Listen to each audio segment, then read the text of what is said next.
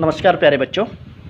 आज हम साइंस का जो फोर्स एंड प्रेशर वाला चैप्टर था, जिसमें मैंने आपको बताया था कांटेक्ट और नॉन कांटेक्ट फोर्सेज तक, उससे आगे की पढ़ाई शुरू करते हैं। उससे पहले आपसे उम्मीद की जाती है कि आप अपना होमवर्क करते रहें, पढ़ाई पे फोकस रखें। कोई इश्यू आता है, कोई प्रॉब्लम आती है तो आप अपने क्लास टीचर से उस बारे में बात कर सकते हैं। तो चलिए शुरुआत कर लेते हैं उससे आगे की।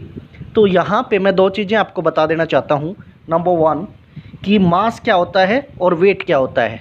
सबसे पहले मास क्या होता है। तो मास देखिए, किसी भी बॉडी के अंदर जो कुछ भी मटेरियल उसके अंदर है, दैट इज़ द मास। तो अमाउंट ऑफ सब्सटेंस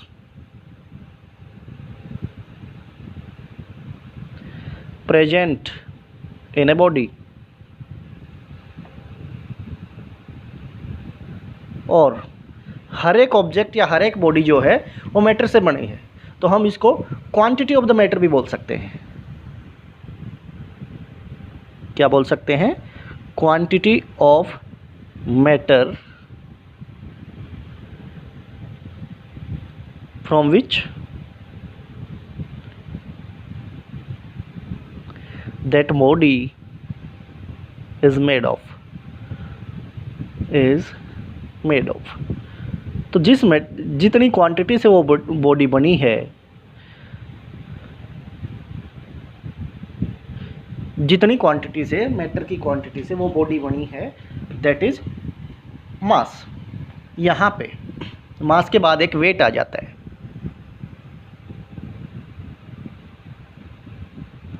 तो देखिए, हमने पढ़ रखा है कि ग्रेविटेशनल फोर्स, नहीं पढ़ रखा है तो मैं थोड़ा सा आपको एलोबरेट कर देता हूँ कि जो ग्रेविटेशनल फोर्स है वो किन्हीं दो मास ऑब्जेक्ट्स के बीच में एक्ट करता है। अगर दो मास ऑब्जेक्ट का अपना सर्टेन मास है तो वो एक दूसरे को अपनी तरफ अट्रैक्ट करते हैं। और अगर मैं बात करूँ एक बॉडी और एक अपनी पृथ्वी, तो पृथ्वी हर एक बॉडी को अपने सेंटर की तरफ खींचती है और ये ग्रेविटी कहलाती है। तो ग्रेविटी की वजह से जब ये मास ऑब्जेक्ट जो अर्थ है उसके सेंटर की तरफ मूव करना स्टार्ट कर देता है, then that becomes weight. So force of gravity on a mass object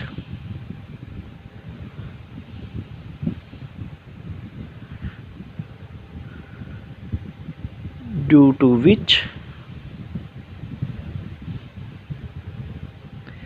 that body got attracted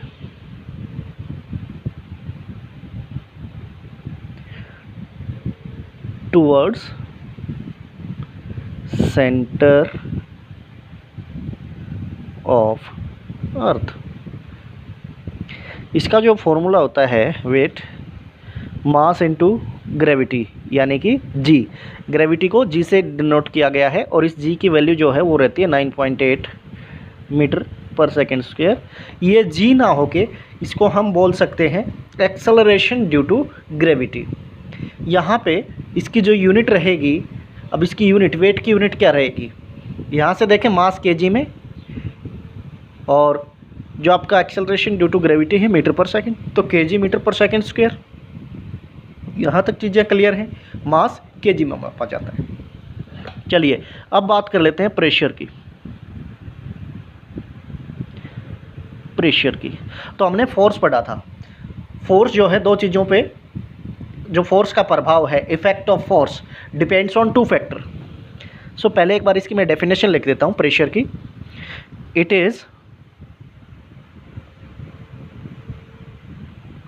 is force per unit area, या यूँ कहें force acting per unit area. P से डिनोट किया जाता है, फॉर्मूला होता है फोर्स अपॉन एरिया, यूनिट आ जाती है न्यूटन पर मीटर स्क्वायर। और एसआई यूनिट की बात करें, SI unit pascal, P A से डिनोट किया जाता है, and 1 pascal equals to 1 newton per metre square. अब बात करते हैं कि ये प्रेशर किन किन फैक्टर्स के ऊपर डिपेंड करता है। सो factors affecting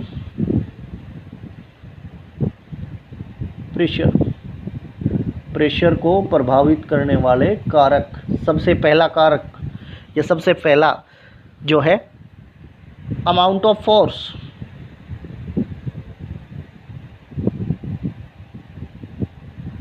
and number 2 area at which force applied, जिस एरिया के ऊपर फोर्स अप्लाई किया है उसके ऊपर भी डिपेंड करता है प्रेशर। सबसे पहले बात करें अमाउंट ऑफ फोर्स की, तो जितना ज़्यादा अमाउंट ऑफ फोर्स होगा उतना ही ज़्यादा आपका जो है प्रेशर होगा। और अगर एरिया की बात करें, अगर एरिया ज़्यादा हो जाता है तो प्रेशर कम हो जाएगा।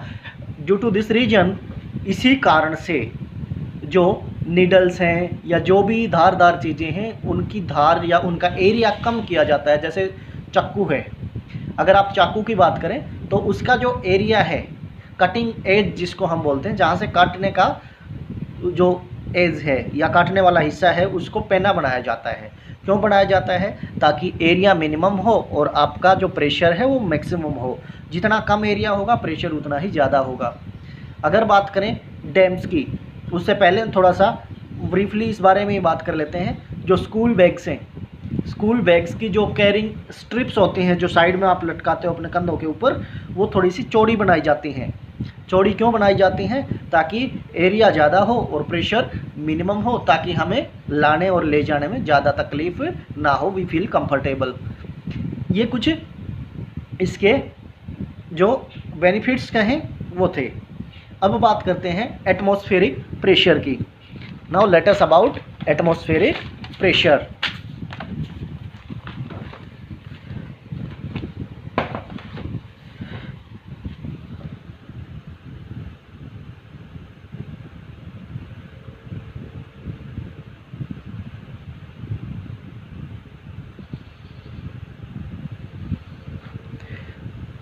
एटमॉस्फेरिक प्रेशर, एटमॉस्फेरिक प्रेशर अगर कहें तो एटमॉस्फेयर में मोस्टली गैसेज होती हैं, तो pressure exerted by the gases present in the atmosphere. Pressure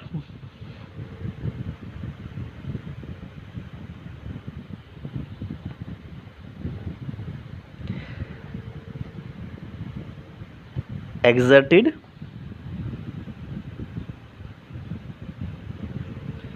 by